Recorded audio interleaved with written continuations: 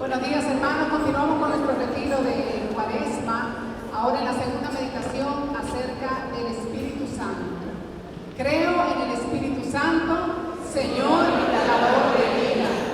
Y qué mejor pastor, qué mejor persona para dirigir esta meditación que nuestro obispo, Monseñor Víctor Mazáñez, que viene a compartirnos de esa tercera persona de la Trinidad que él conoce muy bien, con quien él tiene una relación personal y que nos invita a nosotros a hacer lo mismo. Así que vamos a pedirle a Monseñor que venga, vamos a orar por él,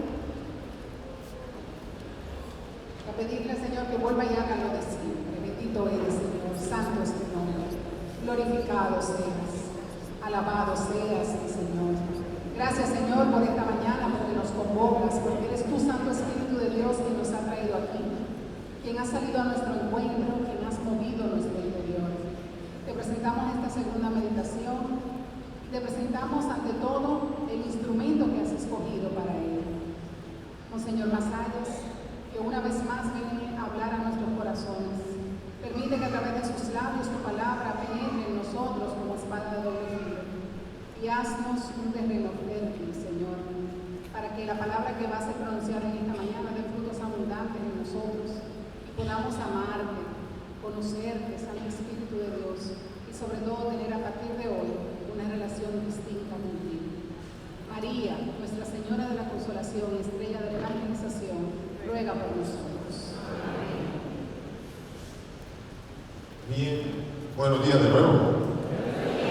Vamos a hablar de la tercera persona de la Trinidad. Creo en el Espíritu Santo. Así dice el credo. Vamos a decirlo completo, la parte del Espíritu Santo. Creo en el Espíritu Santo, Señor y dador de vida, que procede del Padre y del Hijo, que con el Padre y el Hijo recibe la misma gloria y adoración, y que habló.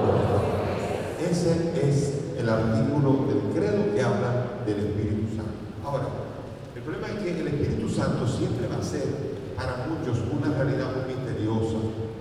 Para la mayoría muchas veces es un ilustre desconocido. Ya lo era desde el principio. Acuérdense Pablo cuando fue a Éfeso. En Hechos 19:2 dice que Pablo le preguntó al grupo que estaba en Éfeso y le dijo: ¿ustedes recibieron el Espíritu Santo cuando abrazaron la fe? Y ellos contestaron, oigan esto, con Pablo ahí enfrente: pero si nosotros no hemos oído decir que haya Espíritu Santo. O sea que ellos dijeron: ¿Espíritu qué? No habían oído hablar. Y la predicación de los apóstoles estaba en movimiento. El apóstol estaba allí y todavía no habían oído hablar que haya Espíritu Santo. Fíjense cómo es esto. Y por eso, eso no es de ahora, el asunto de que el Espíritu Santo es misterioso. Ya cuando Jesús le hablaba a Nicodemo, ¿se acuerdan? Esa bella conversación en el capítulo 3, que le dijo, el centro de la conversación era: es necesario nacer de nuevo, de lo alto, del agua y del Espíritu. Y él preguntaba: ¿cómo puede eso? ¿Cómo es eso? Y dice: no te asombres que te he dicho que tienes que nacer de nuevo. El viento sopla donde quiere y oye su rumor, pero no sabe ni a dónde viene ni a dónde va. Así es todo el que nace del Espíritu. El Espíritu, algo misterioso como el viento. Señores, el viento también, la gente, también a la gente actualmente, pero el viento pasa a ser para los judíos era algo misterioso, algo fascinante. Decía el Coelet, el Eclesiastés, en el capítulo 11, versículo del 4 al 5. El que vigila el viento no siembra, el que mira las nubes no ciega. Si no sabes cómo entra el Espíritu en los miembros, en el vientre de la mujer incinta, tampoco sabrás la obra de Dios, cómo lo hace todo. O sea, nos quedamos cortos. El Espíritu es una realidad misteriosa, lo que dice en hebreo, Ruach Elohim, el aliento del Señor, como un aliento, como un soplo. De hecho, en la tradición judía, Dios dio vida soplando, dando su aliento, y le dio vida al hombre y a la mujer. Y por eso aquí hablamos del Espíritu Santo prometido por Jesucristo. Ahora, el Espíritu Santo sigue siendo todavía una realidad desconocida para mí. Hay un chiste que yo cuento mucho, que es una vez en una clase, había una vez una visita que yo iba a hacer al obispo a un colegio, eran las monjas. Y una de las monjas quiso preparar con su clase una sorpresita para el obispo. Y cada uno tiene que decir una parte del credo. Entonces iban a parar primero, creo en el Padre, Dios Padre, creo en Jesucristo, el Hijo de Dios. Y así iban a decir el credo, parándose cada uno, y cada uno tenía que decir una parte del credo. Muy bonito. Y prepararon, ensayaron, todo listo. Y cuando llegó la visita, el obispo estaba allí, la monja emocionada, con los niños allí listos. Cuando comenzó, Monseñor, le tenemos una sorpresita. Niños, yo creo en el Padre, creo en el, y creo que cuando llegó el momento de creo en el Espíritu Santo, un silencio. Y se puso nerviosa la cosa, hasta que otro de los niños se puso de pie y dijo, profe, lo que pasa es que el niño que cree en el Espíritu Santo no vino hoy a clase. Y yo creo que la iglesia nuestra muchas veces está como esa clase. Saben del Padre, del Hijo, del Espíritu, saben del Padre, del Hijo, de la iglesia, todo, de los sacramentos, todo lo que sea. Pero a veces el Espíritu Santo sigue siendo un desconocido. Por eso decimos, creo en el Espíritu Santo. Así dice el credo apostólico. Ustedes saben que hay dos credos, ¿no? El credo de los apóstoles, más corto, el primero, y ese decía nada más, creo en el Espíritu Santo. Ya. Y entonces dice, pero ¿qué pasó? ¿Por qué tan chiqui ahora? ¿Por qué creció? Porque el credo no es como la Constitución, o como un documento que arman 2 o 3 para que se quede así, sino que el credo es cada día una revelación gradual que nos va haciendo descubrir verdades nuevas de la fe. Y por eso fue creciendo la fe en ese tiempo. Acuérdense que de Jesucristo el credo es larguísimo porque hubo muchas herejías sobre Jesucristo. Había gente que decía que Jesucristo era menos que el Padre. Había gente que decía, Jesucristo fue creado, pero después lo hicieron Dios. Y Jesucristo, y muchas herejías. Y todas esas herejías son para aclarar que Jesucristo es todo lo que el credo dice. Y era necesario para combatir los errores de la persona de Jesucristo. Por eso, como había más herejías de Cristo, hubo más artículos de Cristo. Pero del Espíritu Santo había que entenderlo más. Creo en el Espíritu Santo. Pero el primero que comenzó a abrir el debate fue San Atanasio. Ya en Nicea, en el concilio de Nicea, año 321, todavía se decía creo en el Espíritu Santo. Pero ya cuando llegó Constantinopla, el concilio de Constantinopla, en el 381, ya lo expandieron como lo tenemos hoy día. Pero hubo mucha queja. Había gente que dice, habla demasiado, y otros dicen, habla muy chingo, porque nunca estamos contentos, ¿verdad? En la iglesia pasa eso, no le pasa a la parroquia. Que uno dice que para arriba, el otro dice no, este para allá, y el otro para allá. Eso pasa siempre, como pasó aquella vez. Ustedes no sé si saben la historia de los dos viejitos que llegaron a un turista, llegaron a la República Dominicana, alquilaron una bicicleta, uno adelante y uno atrás, y comenzaron a caminar. El viejito adelante, la viejita. Y cuando de repente uno está en una bajada y van a subir, el viejito coge impulso y arranca a darle con todo. Y cuando va para abajo, para coger impulso, para seguir para arriba. Y cuando va para arriba, la bicicleta se va poniendo dura, difícil, pero él sigue bajado, hasta que finalmente la bicicleta llega arriba, aunque sudado, para la bicicleta y dice, vieja, lo conseguí. Y ella dijo, y eso que yo venía frenando. Así que siempre pasa eso. Uno quiere acelerar, el otro frena. Pero la revelación va. Por eso el credo ya de Calcedonia ya nos tiene. Ahora la gran pregunta no es esa. La gran pregunta es ¿de veras los teólogos creen de veras en el Espíritu Santo? Yo me pregunto eso muchas veces. Hay gente que sabe de la Biblia, hay gente que sabe, hay padres que uno se pregunta, ¿verdad? No sé ustedes, pero hay padres que uno pregunta, pero de verdad, ese hombre cree en el Espíritu Santo, cree que existe el Espíritu Santo y cree que actúa el Espíritu Santo. Hay mucha gente en la iglesia que mandan en la iglesia. Sobre todo pasa mucho. Las personas que son las que capitanean, de repente agarran la parroquia o agarran el grupo, el movimiento, y ya. Y uno dice, ¿y ese creerá en el Espíritu Santo? quiere amarrar hasta el Espíritu Santo, lo quiere amarrar. En serio es. Porque hay a veces gente y teólogos que no creen ni en el diablo, ni en los ángeles, ni en las realidades espirituales. No creen en las cosas del Espíritu. Es verdad que también hay muchos creyentes que abusan y hacen abusos, exageraciones y hacen lo que quieran, pero hay gente que no cree en el demonio. Yo conozco sacerdotes que dicen que el diablo no existe, o que no existen los ángeles, que es un cuento, eso es mentira. Hay gente que no cree en eso, no cree en esa realidad espiritual. ¿Y cómo va a creer en el Espíritu Santo entonces que no se ve? Hay una historia en la partitura número 3 del Mesías de Handel. Es una obra de arte bellísima sobre el Mesías. Allí, en la parte número 3, habla el título de la obra. En la parte 3 es el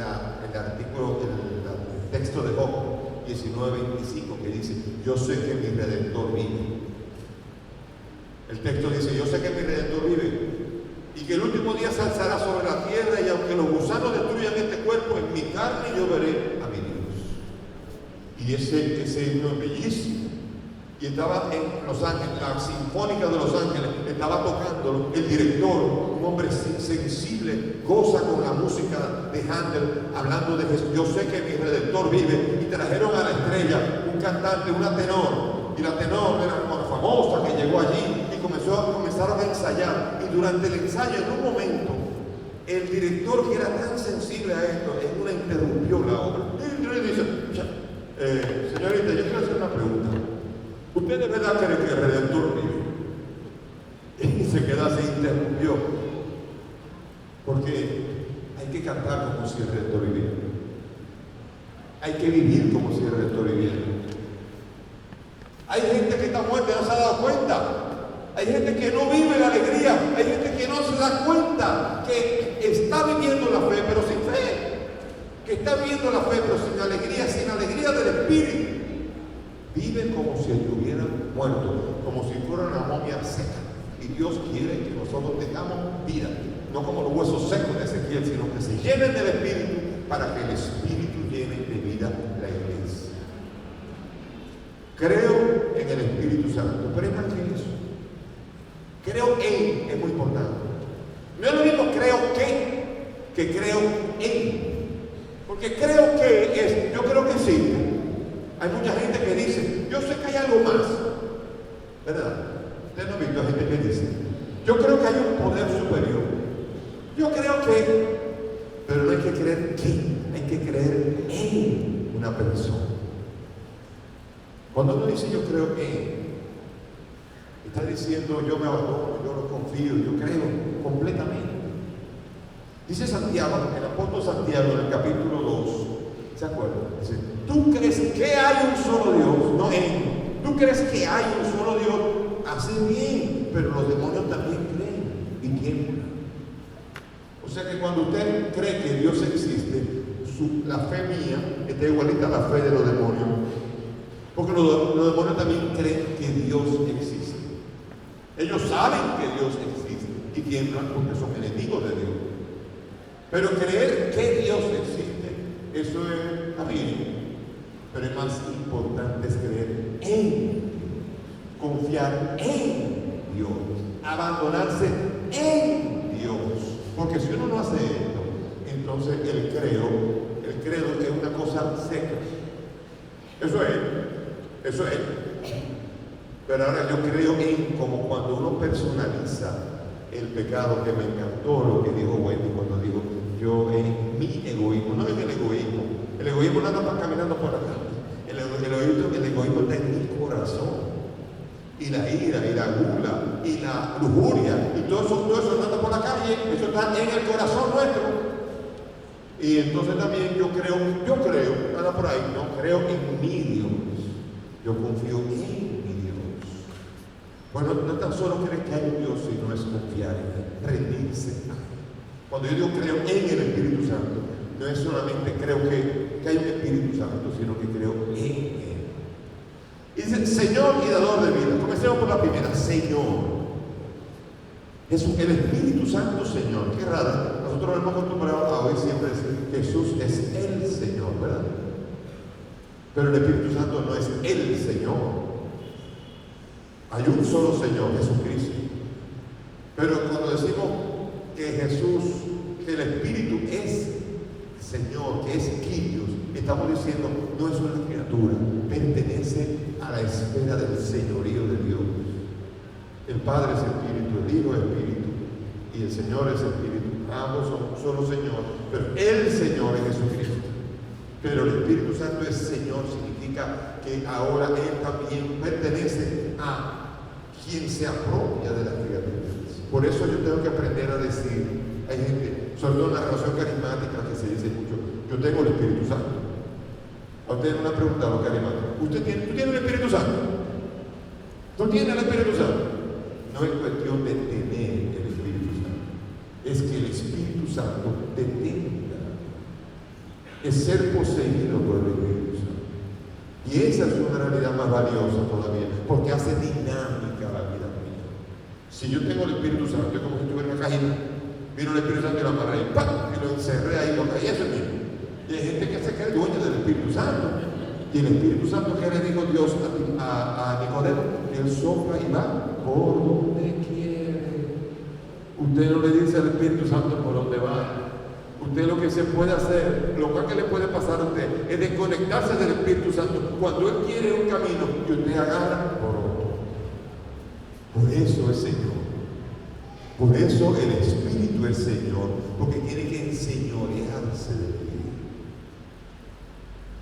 De la misma manera, pero se puede decir como se dijo Jesucristo. En Jesucristo dijeron, hace en el siglo IV dijeron, pero ¿por qué no se dijo como se dijo de Jesucristo? De la misma naturaleza que el Padre. Sí, de la misma naturaleza del Padre.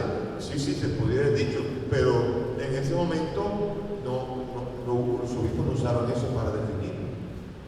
Usaron la realidad, porque estamos hablando de la primera parte del credo, es quién es el Espíritu Santo. Después vamos a hablar de qué hace el Espíritu Santo. Pero ¿quién es el Señor? ¿Por qué? Porque Él se enseñorea, porque Él toma mi vida y Él la maneja, la conduce. Eso es Señor. Señor, ¿qué quiere decir? Señor viene del militar. Cuando uno dice, sí, Señor, ¿qué está diciendo? Usted manda y yo obedezco. Y eso se le dice también al Espíritu Santo. Usted manda y yo obedezco. Y si yo no obedezco al Espíritu Santo, no estoy dejando que el Espíritu sea Señor. Y por eso, ¿para qué sirve todo esto? Oiga, una nueva relación con el Espíritu Santo implica que Él sea el que manda. Y uno comienza a escuchar al Espíritu. Como le digo, ¿se acuerdan en el libro de Apocalipsis? En el libro de Apocalipsis, el mensaje a las 7 iglesias. A las 7 iglesias siempre dice, oigan lo que el Espíritu Santo le habla a las iglesias. Él es Señor. Y Él le habla a las iglesias. Ahora las iglesias tienen que escuchar para poder seguir sirviéndole a Él, Señor. ¿Quién es el Señor? Jesucristo. ¿Quién es el Señor? Dios, Padre, Hijo y Espíritu Santo. Dueño de todo. Pero el Señor, la persona que vino a que nosotros pudiésemos ser propiedad de Dios, es Jesucristo. Y por eso Él es el Señor. Se podría haber apelado a la isotimia. Isotimia es una palabra griega, claro, que viene de la democracia griega. La isotimia significa la misma dignidad que tienen todos los ciudadanos griegos para poder ocupar cualquier cargo. La isotimia significa todos nosotros tenemos el mismo derecho a ser presidente, a ser senador, así que todos hay una isotimia entre nosotros. Y entre Padre, Hijo y Espíritu Santo hay una isotimia, significa que tienen la misma dignidad. Ninguno es más que el otro. ¿Por qué? Porque los tres son un solo Dios. Y no podría un Dios ser más grande que otro Dios, una parte de Dios ser más grande que otro Dios. Dios es Dios o Dios no es Dios. ¿Cuántos dioses hay? Uno. Y siempre tenemos la mala maña de partir. Por aquí Padre, por aquí el Hijo y por aquí el Espíritu Santo. Y Jesús dice, el Padre y yo somos uno. Porque un solo Dios. Son tres personas, pero un solo Dios. Y es importante entender esto para cuando yo me relaciono con Dios, saber que el Espíritu Santo me unge con poder y yo puedo hablarle y Él tiene que mandar. Él es el que tiene que mandar en mi vida. Cuando yo peco, no estoy dejando que me conduzca el Espíritu Santo de Dios. No estoy obedeciendo al Espíritu. ¿Por qué? Porque Jesucristo vino a romper con mi pecado y me da el Espíritu para que yo pueda vivir en la gracia. Pero cuando Jesucristo rompe con mi pecado, pero yo no vivo en la gracia, estoy ofendiendo, estoy dejando de lado, no me estoy dejando llevar de esa persona. Por eso es importante el Espíritu Santo, porque es Dios guiando mi vida, Dios conduciendo mi vida. Y aquí dijeron que todo el mundo quiere ir al cielo. Aquí todo el mundo dijo que quiere ir al cielo. ¿Y quiénes irán al cielo? Irán al cielo los hijos de Dios. ¿Qué quiere decir que irán al cielo los hijos de Dios? ¿Quiénes son los hijos de Dios? Dice San Pablo, los hijos de Dios son los que se dejan llevar por el Espíritu. Y los que se dejan llevar por el Espíritu heredarán el reino de Dios. Y esos son hijos. Lo vamos a leer ahora. Pero es importante eso, porque si no, entonces nosotros creemos, estamos teorizando, pero no estamos teorizando en balde, estamos teorizando para poder tener una mejor relación con Dios. Pero si el Espíritu Santo nosotros no nos tomamos en cuenta de quién es y todo lo que Él puede hacer, quién es y qué hace, lo perdemos. ¿Por qué? Porque nuestra vida de fe es muy pobre. Por eso es importante y por eso es el credo, por eso es obligatorio creer. ¿Usted sabía eso?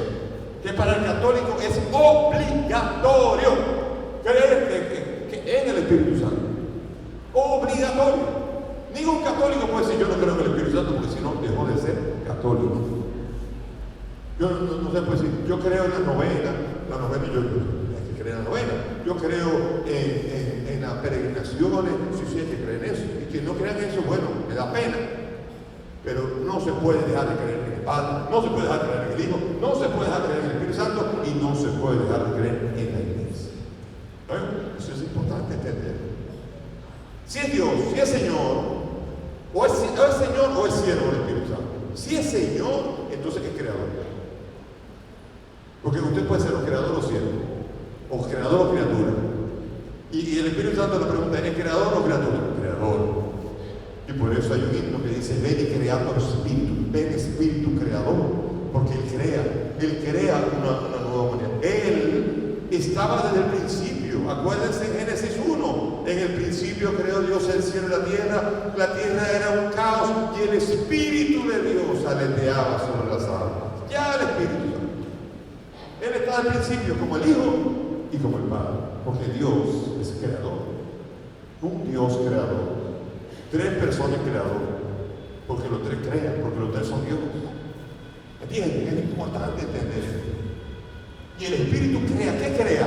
¿Qué decimos? ¿Se acuerdan? Hay un salmo muy hermoso. Ven, renueva, crea en mí un corazón puro, renuévame con tu Espíritu. El Espíritu crea un corazón nuevo. Esa es la belleza de la creación del Espíritu, que crea realidades nuevas que me llevan al cielo. Crea en mí un corazón puro. Bellísimo. Antes se decía, porque cuando lo queremos coger por pedazos, dañamos un poco a Dios. Porque eso no pasa. Usted se encontró un lagarto bueno, un científico. Agarra un lagarto, qué bonito, vamos a partirlo para analizarlo. ¡Cuac! Bueno, ya, lo partimos, lo vimos y se murió. Y así también hacemos con la fe. Padre por aquí, Hijo por aquí, Espíritu Santo por aquí, y se murió la fe. Porque miren lo que pasó por ahí. Orígenes decía que el Espíritu era para las criaturas santificadas, que el Hijo era para las criaturas que tenían razón y que el Padre era para todas las que tenían existencia. O sea, el Padre es el que se reservaba la esfera de todo lo creado, el Hijo de los hombres y el Espíritu Santo de los santos. O sea que como que el Padre era el de todo. Después venía el Jesucristo, que era de la humanidad, y después venían los santificados, un grupito. Y era como repartiendo la tierra, y el Padre le toca todo. Y el Espíritu Santo le toca un chingo. Que fueron maneras equivocadas de entender. Joaquín de Fiore decía que el Antiguo Testamento era la era del Padre. Después, cuando llegó Jesucristo, el Nuevo Testamento es la era del Hijo. Y después cuando comienza la iglesia es la era del Espíritu Santo. Qué bonito suena, pero eso no es así. Porque el Padre sigue en la iglesia, el Padre seguía con Jesucristo y Jesucristo ya estaba con el Padre antes y el Espíritu Santo también. O sea que el Padre, Hijo y el Espíritu Santo han estado antes, durante y después por la eternidad. Por eso nosotros podemos confundirnos y podemos hacer que nuestra relación con Dios sea muy débil. ¿Por qué? Por nuestro concepto de Dios. Y le dirigimos todo al Padre cuando el Padre nos dio su Espíritu para que podamos pedir. ¿Usted quiere pedir bien? Pida el Espíritu. Usted quiere pedir bien, pida el Espíritu primero. Y el Espíritu le va a enseñar a pedir como debe ser. Entonces Santiago dice, no piden, no reciben porque no piden. Y si piden y no reciben es que porque piden mal, porque están pidiendo conforme a sus concupiscencias. Si usted pide mal, usted no va a recibir nada. Enséñanos a orar. El Padre nos manda a Jesucristo y Jesucristo nos manda el Espíritu para aprender a orar. ¿Usted quiere aprender a orar? El Espíritu le va a enseñar a orar. Entonces, por esto es importante entender esa realidad para que nosotros podamos ver cómo actúa incluso, oigan lo que digo, el Espíritu Santo, porque hay gente que se cree que los cristianos tenemos el monopolio del Espíritu Santo. Eso le explica a mucha gente. El Espíritu Santo es Espíritu y actúa como quiere y actúa incluso fuera de la iglesia. Por eso el Papa siempre ha recomendado el diálogo interreligioso, porque hay filósofos que decían que hay una semilla de Cristo hasta en el ateo, tiene algo de verdad, que hay que aprender a dialogar con él. ¿Cómo usted puede convertir a un ateo si no hay algo en lo que usted y él estén de acuerdo? Cuando usted habla con él en esa parte que es de verdad, que está ahí, usted le predica y usted lo conviene. Pero usted tiene que entender que él tiene algo también. El Espíritu Santo actúa en las verdades de la ciencia también. El Espíritu Santo actúa en el diálogo, en las relaciones de las personas entre los países. El Espíritu Santo es el que armoniza a los enemigos. Usted quiere que dos personas enemigas se pongan amigos, el Espíritu Santo es el que tiene que hacer la obra. No son tus argumentos, el Espíritu Santo. Es tan importante esto que por más argumentos que tú tengas, tú no vas a llegar a reconciliar a dos personas, y el Espíritu Santo sí, a veces sin palabras. Esa es la realidad. En el prefacio de la segunda plegaria eucarística de la reconciliación, eso lo cura, sabemos de qué se trata. Hay un prefacio de la reconciliación que dice, el sacerdote está rezando y dice: tu espíritu trabaja en el corazón de los hombres y los enemigos se hablan finalmente. Los adversarios se tienden la mano y los pueblos que se enfrentaban aceptan recorrer juntos una parte del camino. El Espíritu es el que hace todo eso. Por eso no tenemos el monopolio. Ahora tenemos la revelación de Dios. Nosotros en teoría tenemos que ser los que más sabemos quién es el Espíritu Santo. Y eso lo tenemos que usar, aunque haya mucha gente que no sepa todavía quién es el Espíritu Santo. Por eso cuando dice creo en el Espíritu Santo, la iglesia le está invitando a mirar la dimensión nueva de Dios en ese espíritu, en esa segunda parte del Señor y dador de vida. Dador de vida. Es el dador de vida. ¿Qué quiere decir esto? Que viene de él. Hay varios pasajes en la Biblia de Juan que dicen sobre esto y otros. Juan 6:63. El Espíritu es quien da la vida. Romanos 8:2. La ley del Espíritu da la vida en Cristo. 1 Corintios 15:45. El último Adán se volvió espíritu dador de vida. 2 Corintios 3:6. La letra mata y el Espíritu da vida. El Espíritu es el dador de vida. Por eso en la tradición bíblica es un aliento de vida. Ese Espíritu fue el que bajó sobre María, explicado por el ángel. La sombra del Espíritu te cubrirá. Tú quieres responder al plan de Dios, la sombra del Espíritu que te cubre. Por eso tiene que decirle: ven, Espíritu, cúbreme con tu sombra. Y así como María dio a luz a Jesús, tú podrás dar a luz el plan de Dios en tu vida. Y así también el Espíritu se invoca para que el pan y el vino que están en la mesa se conviertan en el cuerpo y la sangre del Señor.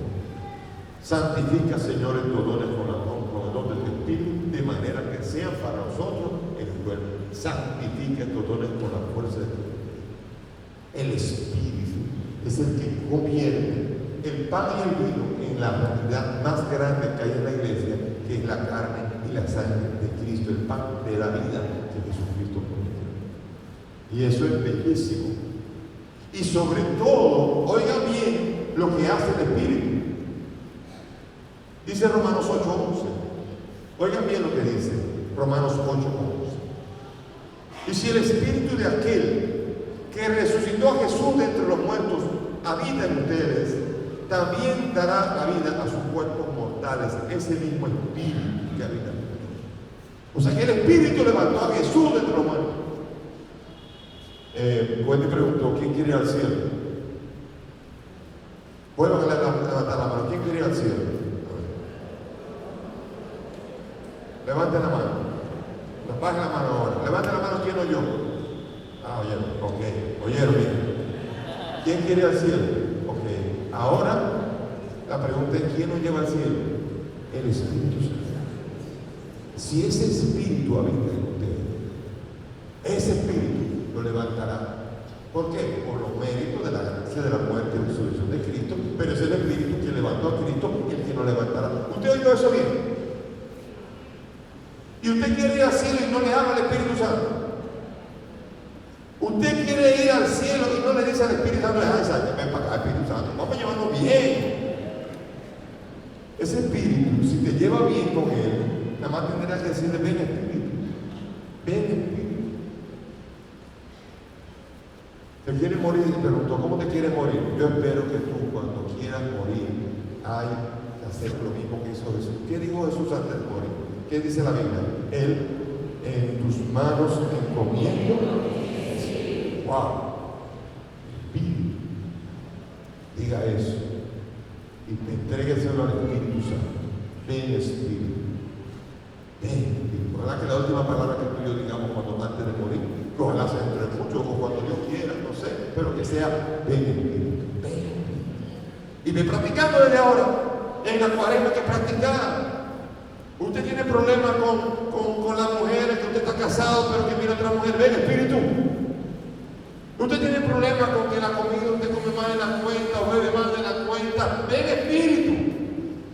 Usted de repente la lengua se le suelta y se pone chismosa y comienza a hablar de lo que no debe, ven Espíritu.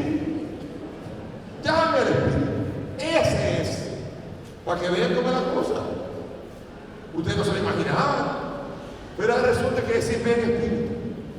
Y desde que usted diga ven Espíritu se la aplata. Ese ánimo por la mujer que no es suya se aplata. Esa gana de coger lo que no es suyo se quita. Y ese chisme que iba a salir se aguanta cuando usted dice ven Espíritu. Importante eso. Por eso en la cuaresma hay que decir mucho ven Espíritu. Ven Espíritu. Oye, anóteme eso bien. No se me olvide de eso. Ven. Porque ese Espíritu es no solo una fuerza, sino que es la persona, la santificación, la persona de la santificación. El Espíritu Santo es persona, porque si no, no se le puede atribuir que Él sea la fuente de santidad. Él es la fuente de santidad. Él es el alma de la iglesia. El Papa Francisco dice, el Espíritu Santo es el agua viva que sacia la sed del hombre porque le permite participar de la vida divina. ¿Cómo nos da vida? Muriendo a nuestra carne. Señores, a nosotros nos sobra, no nos falta. Levanten la mano los que fueron bautizados. Esto bien, va en la mano. Ya tienen todo. Entonces, ¿por qué no vamos al cielo? Porque nos falta, nos sobra.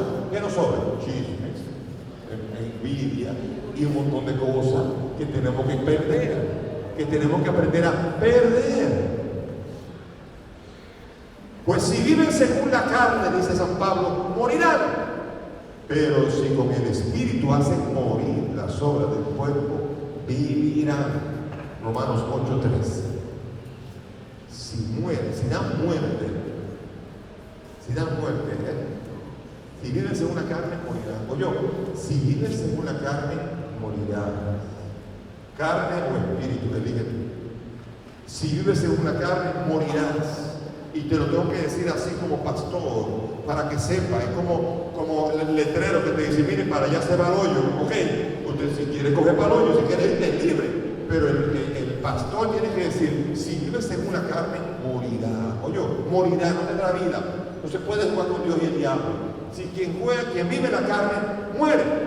Y quien vive en el espíritu, vive. Miguel Ángel, el famoso escultor y artista, una vez estaba por ahí pasando por una iglesia en Florencia y vio un pedazo de mármol.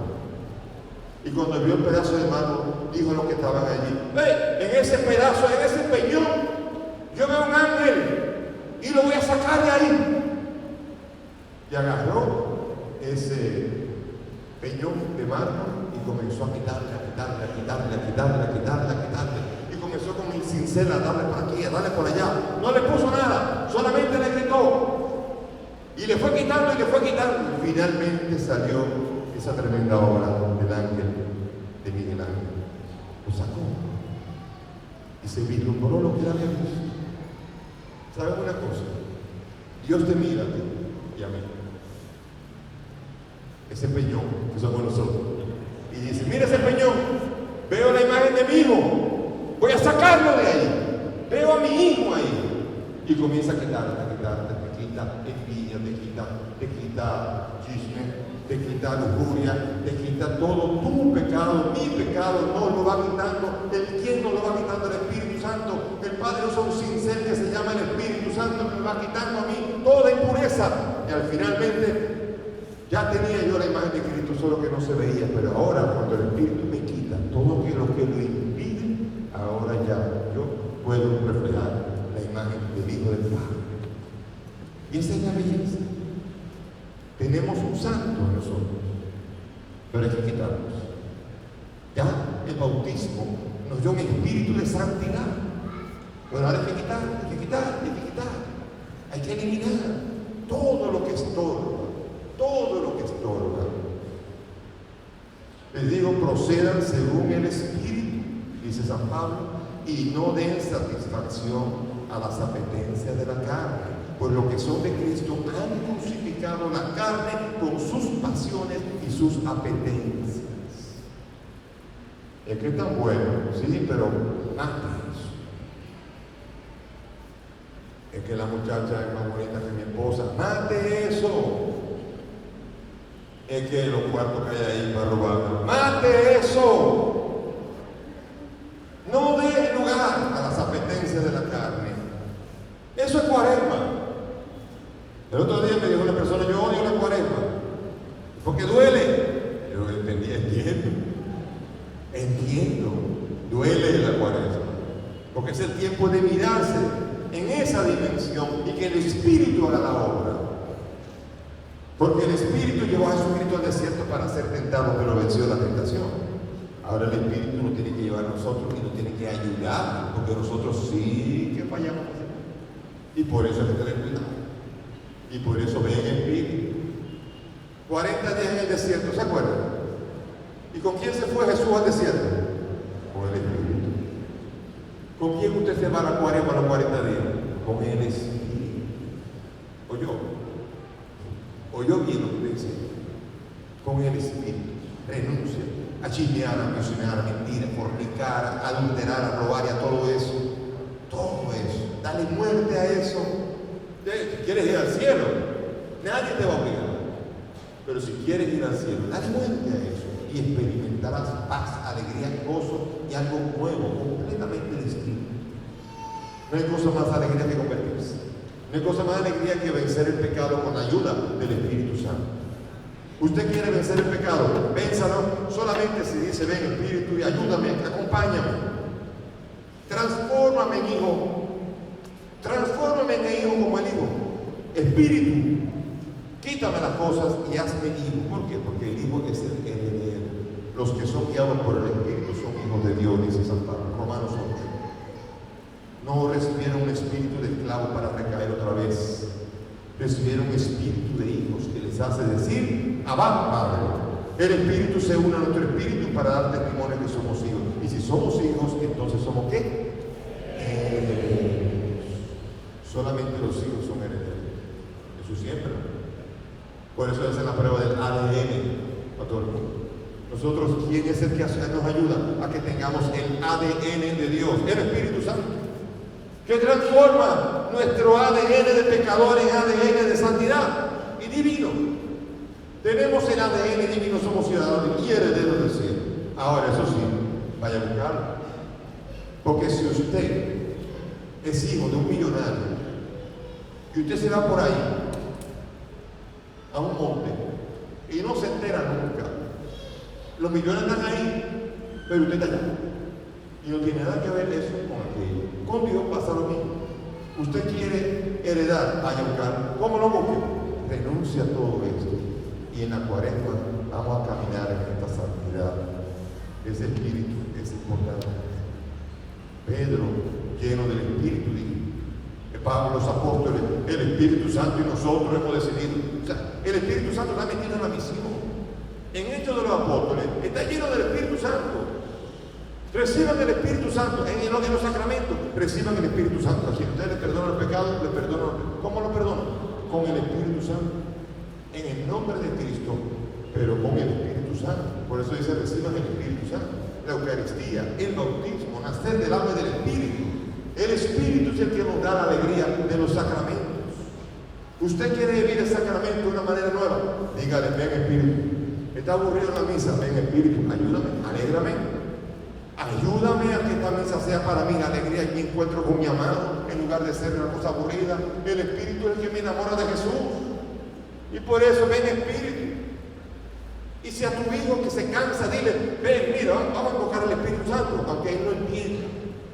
Le habla de lo que te he dicho yo, pero tú le dices, le va diciendo y le dices: vamos a invocar al Espíritu Santo. ¿Y qué pasó? Jesús. Muchos viven mediocremente la santidad, la vida cristiana. Y por eso nosotros tenemos que decir que procede del Padre y del Hijo. Hemos hablado de la naturaleza, pero ahora vamos a hablar de la persona. Es una persona diferente. No es ni creado ni engendrado. Jesucristo es engendrado, no creado. Fue engendrado, se hizo hijo. El Espíritu no es hijo. Y el Espíritu es el que ayuda a los hijos a dirigirse al Padre. Y por eso Él es engendrado, no es engendrado, ni creado. El Espíritu es siempre, el que ha estado siempre allí. Eso dividió la iglesia. Decir que procede del Padre y del Hijo. ¿Ustedes sabían? Antes se decía solamente que procede del Padre. La iglesia oriental y la iglesia occidental decían del Padre, ¿verdad? Sí. Pero los del rito latino, los occidentales, que a veces somos más pícaros, sin hablar como de aquel lado, se nos ocurrió esto. Miren, en la Biblia, y era verdad, pero lo hicimos mal. Miren, en la Biblia dice, miren, Juan, miren, voy a leer 4 pasajes. Juan 14:1. Yo pediré al Padre y les dará otro para el Padre. Juan 14:26. El Paráclito, el Espíritu Santo, que el Padre enviará en mi nombre.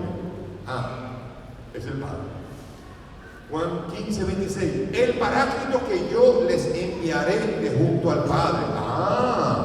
El Padre y el Hijo. Y Juan 16:7. Porque si no me voy, no vendrá a ustedes el Paráclito, pero si me voy, se lo enviaré. También el Hijo. Entonces dijeron que procede del Padre y del Hijo. Y metieron lo que se llama el filioque, que quiere decir y del Hijo. Y eso armó el lío. Yo no me pongo a explicarlo, pero en el 1054 eso fue lo que dividió a la iglesia oriental de la iglesia occidental, la iglesia ortodoxa de la iglesia católica. Fue dividida por culpa de y del Hijo. Oigan eso. Y ustedes decían, pero es tan importante, es importante. No tanto como para pelear, pero a lo mejor tenemos unos hermanos separados aquí que acaban con nosotros en la calle cuando son tantas las cosas que nos unen. Y usted ve una persona que saca la Biblia y parece hablando cosas de Satanás cuando habla de la Biblia, cuando habla de la Virgen, cuando habla del Papa. Parece un demonio. Entonces, y las cosas que nos unen son malas, que nos separan. Así que usted ha visto qué es lo que separa el espíritu. No, ¿qué es lo que separa? El corazón humano de los hombres. Nosotros estamos divididos y siempre buscamos una excusa para darnos golpes. Yo me acuerdo, en Capotillo yo caminaba a las 2 de la mañana por Coquecito y recuerdo que una vez estaba caminando y una banda, los macheteros, me rodearon y el jefe al lado mío dice: aquí no le va a pasar nada, padre, esto es suyo aquí, no le va a pasar nada. Y llegamos a donde la zona 8, estaban nosotros allá y los macheteros del bueno, hasta aquí lo dejamos, padre, hasta aquí esto es suyo. Y seguí caminando para allá y entonces vinieron nosotros y me rodearon y el jefe al lado mío. ¿Le hicieron algo? Ellos: porque si lo hacemos, lo vivamos. Ellos estaban buscando la excusa para entrarse a machetazo. Y nada más, el campanazo para entrarse a machetazo. Y la iglesia pasa eso, por desgracia. Nosotros nos peleamos más de lo que nos amamos. Y por eso destruimos a la iglesia. El Espíritu Santo va a ser un misterio. Yo recuerdo una muchacha muy simpática, murió de cáncer. 240 libras, siempre alegre. Y yo recuerdo que estaba una vez explicando a los campesinos bajo una manta, estaba explicando la Trinidad. Cuando estaba hablando de Dios, y un campesino le dijo: doña, explíquenos por favor eso de la Trinidad. Y yo dije por dentro: ay, mamá, yo quiero saber qué va a hacer esta doña. Y ella agarró así y miró, había una mata de coco y dijo: ¿usted ve los cocos? Miren los cocos. Usted ve, el coco tiene 3 partes, pero si usted ve la corteza no es un coco, ¿verdad? La corteza nada más es corteza de coco. Sí. Y usted ve la pulpa no es un coco, sino que es pulpa de coco.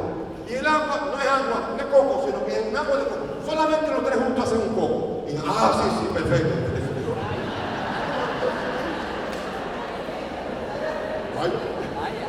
¿Por qué? Porque no le explicó. Lo único que hizo fue ayudar a que aceptaran el misterio. ¿Quién entendió con eso? San Agustín hizo un libro, 3 tomos, de Trinitatis. Y cuando acabó diciendo: ahora entiendo menos lo que es la Trinidad. Y yo decía: ¿qué va a pasar? No, que no entendieron la Trinidad, la aceptaron. ¿Por qué? Porque los misterios no son para entenderse, sino para aceptarse. Solo para eso. Y que habló por los profetas. En las Escrituras vemos 2 maneras de actuar del Espíritu. El Espíritu actúa de una manera creadora e vivificante cuando me transforma en una persona grata a Dios. Oye bien, el Espíritu actúa de una manera creadora cuando me transforma en una persona agradable a Dios. Pregunta: ¿tú puedes decir que eres una persona agradable a Dios? No a los hombres, porque a los hombres tú te puedes esconder. El problema es que con Dios no. Con los hombres tú dices: tú pareces una persona, ahora que se usa la palabra percepción, ahora se usa mucho percepción. Entonces yo parezco una persona así, sí, porque los hombres ven solo la apariencia. Pero te pregunto: ¿tú eres una persona agradable a Dios? Si tú quieres serlo, el Espíritu es el que crea un corazón capaz de ser grato a Dios. Segunda acción del Espíritu es la de una actividad carismática que incluye carismas particulares, no para la santificación de la persona, sino para la edificación de la iglesia. Porque el Espíritu Santo lo que quiere hacer, y de eso hablarles, es siempre mover la iglesia, edificar la iglesia, ponerla bella y ponerla resplandeciente a pesar de nuestro pecado y de nuestra resistencia. Pero el Espíritu Santo quiere darnos carismas que son para la edificación. Y hay mucha gente que quiere carismas porque quieren apropiarse del Espíritu o porque creen que eso es ser santo. Están haciendo la causa del Padre Emiliano Cordero. Y ninguna sanación es un signo de santidad. La sanación es un signo de que el santo sanó gente a través de él. Pero la santidad se está evaluando en cuanto a su vida y cuánto él era grato a Dios, que lo era. Yo estoy convencido de que lo era. Pero la santidad del Padre Emiliano no consiste en sus carismas, sino en la creación del Espíritu de un corazón grato. Y el profeta, la profecía, miren qué lindo, y que habló por los profetas, muchas carismas, pero la profecía es el carisma favorito. el que siempre ha estado y el que siempre estará hasta el final. Y a Jesucristo le dijeron profeta. ¿Se acuerdan? ¿Quién le dio profeta a Jesucristo? La samaritana. Cuando le dijo, tienes 5 maridos. Ah, tú eres profeta. Porque la profecía es la más bella, más bello de los carismas. La profecía sigue siendo en la iglesia una belleza, a veces un problema. Cuando hay profetas es un problema. Por eso mataron a los profetas en Israel. Y a veces a los profetas los matan también aquí en la iglesia. A Monseñor Romero lo mataron porque era incómodo. Ese señor comenzó a meterse como profeta en una palabra muy auténtica acerca de la importancia de la iglesia en la pobreza. Y lo mataron. ¿Y ahora qué? Ahora es San Oscar Romero. San Oscar Romero, imagínense. Pero los profetas siempre son incómodos y ojalá que en la secta no hay profeta. En la secta se levanta un profeta, sácalo de aquí. Porque en la secta hay una persona que es el Superman y no puede haber otro gallo en esa gallera. Se me va, lo sacan de aquí. O se me calla o me dice o me profetiza cosas buenas para mí. Así sí. Entonces si el profeta dice cosas buenas al pastor, se quiere. Pero el profeta es incómodo y habló y seguirá hablando por los profetas. La profecía es un gran, hermoso don, una manifestación de Dios. Pero también acabará bien. Lo importante con los carismas. Oigan bien lo que voy a decir a los carismáticos. Ya estoy acabando. Voy a decir una cosa. Los carismas tienen que edificar. No pueden parecer locos. Un carismático tiene que ser una persona edificante, que atrae, que cuando se manifiesta el Espíritu dice, qué bello, qué lindo. Yo quiero eso. Atracción. Como es la evangelización según Benedicto XVI, por atracción. Tiene que ser lindo el carisma. Tiene que producir cosas lindas y no un loco. Yo recuerdo una vez en Puerto Rico, debe ser el país. En una iba a orar con una persona y la persona como que se le metió un espíritu. Yo dije, de liberación. Y entonces llamé, abrí la puerta y el de oro, ¿usted ha orado por liberación? Sí, vamos a orar. Y cuando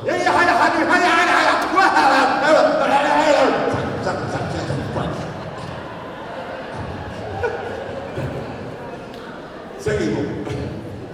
Entonces, el carismático no puede parecer un loco, porque la gente no puede llegar así. Tiene que ser, qué lindo. Esa es la diferencia entre un carisma auténtico y lo que no lo es. Y al final desaparecerán las lenguas, desaparecerán las profecías, desaparecerá la ciencia, pero lo que nunca acabará es el amor. ¿Y quién es la fuente del amor? El Espíritu. El Espíritu se quedará. En la historia, la acción carismática acabará, pero no el Espíritu. Estará siempre. Será la luz del Cordero y el Espíritu de Jerusalén. El Espíritu dice ven y la esposa dice ven. Dice en el matrimonio del Cordero con su esposa la iglesia. Y el Dios quiere a la iglesia llena de Espíritu. Sin Espíritu es una cosa y con Espíritu es otra. Termino con las palabras de un obispo oriental, se llamaba Monseñor Ignacio de la Taquia, obispo metropolitano de la Iglesia Ortodoxa. Dijo así, óigame, cierren los ojos ahora. Les pido que cierren los ojos y escuchen con los ojos cerrados estas bellas palabras de Monseñor de la Taquia. Sin el Espíritu, Dios está lejos. Cristo se queda en el pasado. El Evangelio es letra muerta y la iglesia una simple organización, la autoridad una dominación y la misión una propaganda, el culto una evocación, el quehacer cristiano una moral de esclavos. Pero con el Espíritu el cosmos es aliviado y gime el parto del reino. El hombre lucha contra la carne. Cristo está presente. El Evangelio es fuerza viva, la iglesia signo de comunión trinitaria, la autoridad un servicio liberador, la misión un pentecostés, la liturgia un memorial y una anticipación, y el quehacer humano queda divinizado. Sigamos con los ojos cerrados y damos gracias a Dios, Padre, Hijo y Espíritu Santo. Pero hoy vamos a dirigirnos a ese Espíritu, al que pocas veces se dirige mucha gente. Poca gente tiene toda la costumbre de hablarle a ese Espíritu. Ven, Espíritu Santo, que crea en mí un corazón nuevo que sea agradable a ti. La Cuaresma es ese hermoso salón de belleza en donde como las mujeres van a jalarse los moños, a ponerse la faja, a ponerse zapatos que duelen para verse bien ante su marido. Así también, Señor, la Cuaresma es el salón de belleza en donde yo corto con los chiles, corto con mis obras de la carne y comienzo a romperme para poder hacerme agradable a tus ojos. Ven, Espíritu Santo, como un cincel quiero que quites mi lujuria, mi ambición, mi ira, mi envidia, mis chismes, y que quites de mí todas las obras de la carne para vivir conforme a tus mociones en mi vida. Espíritu Santo de Dios, Señor, tú eres el que manda, tú eres el que guía, tú eres el que nos llevas al desierto como Jesús por 40 días en esta Cuaresma para salir de ahí resucitados con Cristo. Ven, Espíritu Santo, y ayúdanos a ser utilizados para la edificación de la iglesia. Ayúdanos a amarla y ayúdanos a que todos nuestros carismas sean para que nuestra bella iglesia que somos nosotros pueda convertirse en la novia de lino fino y resplandeciente que se casará definitivamente con el Cordero. Ven, Espíritu Santo, llena los corazones de tus fieles y enciende en ellos el